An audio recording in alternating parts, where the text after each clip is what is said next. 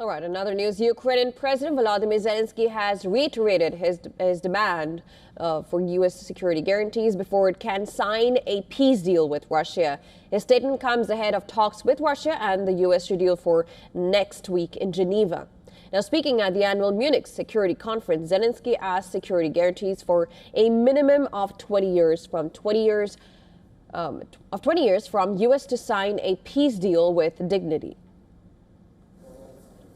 He also called for a clear date for Ukraine to be allowed to join the European Union.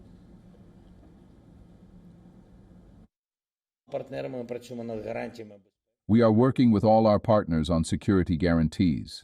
As I have said, we are very close to finalizing this project. Today we met with senators and expressed our strong desire to conclude the agreement, and we want to increase the duration of these security guarantees so they are more effective for investors. We just had a meeting with investors and business leaders, and they require guarantees that extend beyond 5 to 10 years.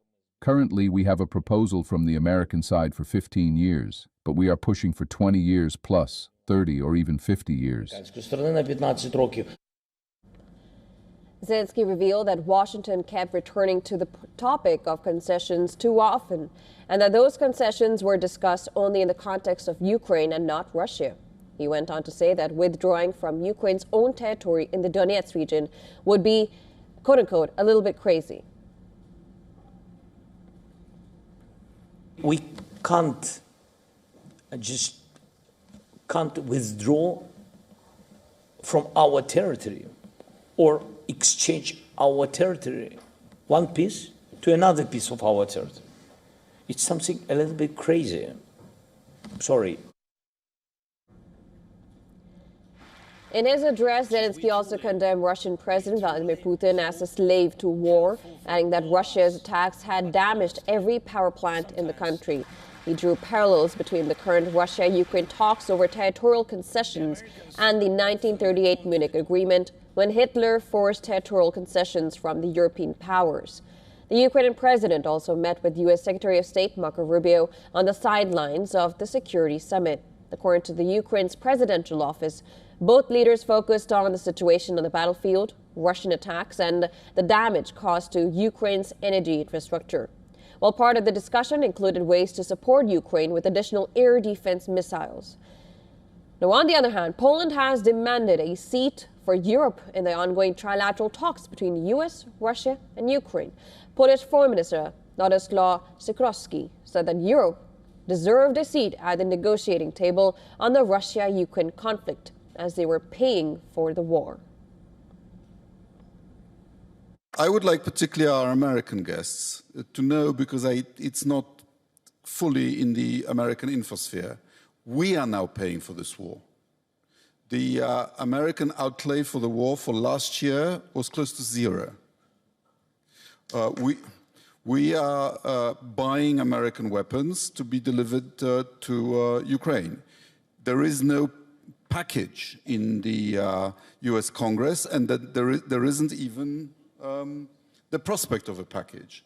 If we are paying, if this is affecting our security, not just Ukraine's, then we deserve the seat at the table, because the outcome of this war will affect us. Now, parallel to this, U.S. Ambassador to NATO, Matthew Whitaker, said that China had the power to end the war Russia was waging on Ukraine. He added that the conflict was being enabled by China, and China could call Vladimir Putin and end the war, quote-unquote, tomorrow.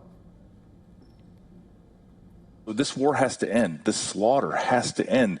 It is, it's almost incomprehensible, the loss of life and the suffering that the Ukrainians are going through, especially as Russia attacks, their energy infrastructure. I mean, it is just, it is horrible what is happening.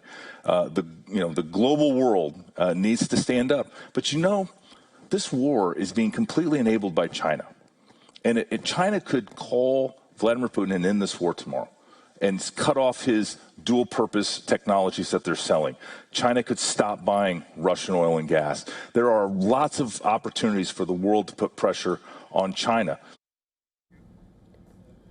On the war front, Ukraine has claimed to have destroyed half of Russia's stockpile of the coveted Panzer air defense system, the Alpha unit of Ukraine Security Service, SBU, said that it undertook the system destruction of the air defense system with the strategic goal of making Russia vulnerable to long-range strikes.